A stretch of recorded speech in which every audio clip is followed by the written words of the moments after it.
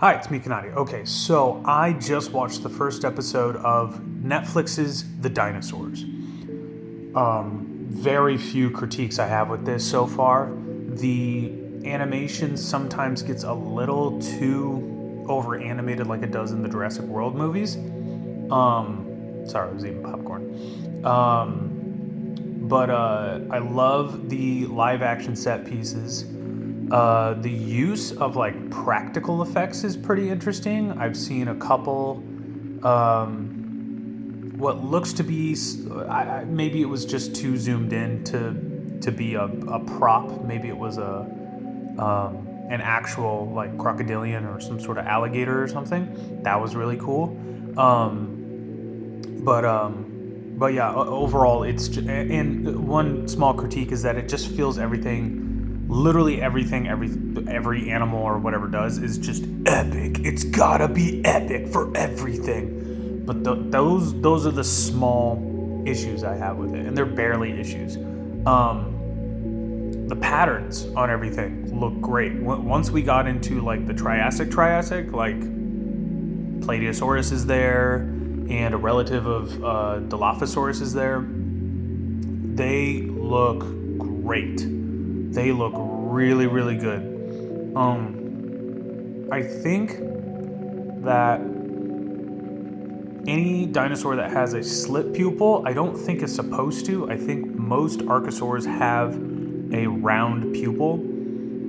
It just depends on how you live. If you're nocturnal, if you're diurnal, because that's how crocodilians are. Crocodilians are mostly diurnal. That's why they have the slit eye, or not diurnal, nocturnal.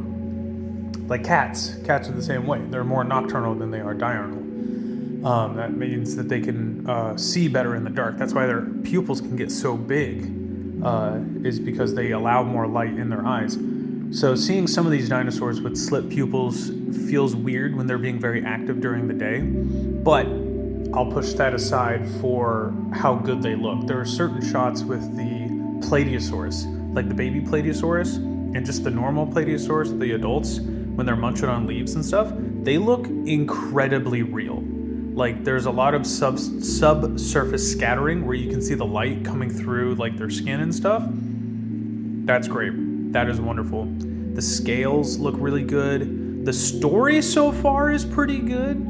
Very much like being like, hey, here, this is the age of the reptiles first, and now we're getting into this section of like, well, here's what our current dinosaur looks like, and now we're moving a little further into what you're used to.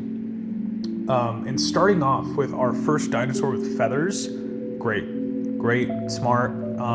Mentioning that the reptiles get sleepy during the nighttime, but the dinosaurs or dinosauromorphs, which is what our first one would have been, can be a little bit more active during the nighttime, and that's when they can feed because all the reptiles are taken over during the day. So the dinosaurs, with their warm coat of feathering and stuff like that, can take care of themselves at night. Great, perfect. So towards the end of episode 1,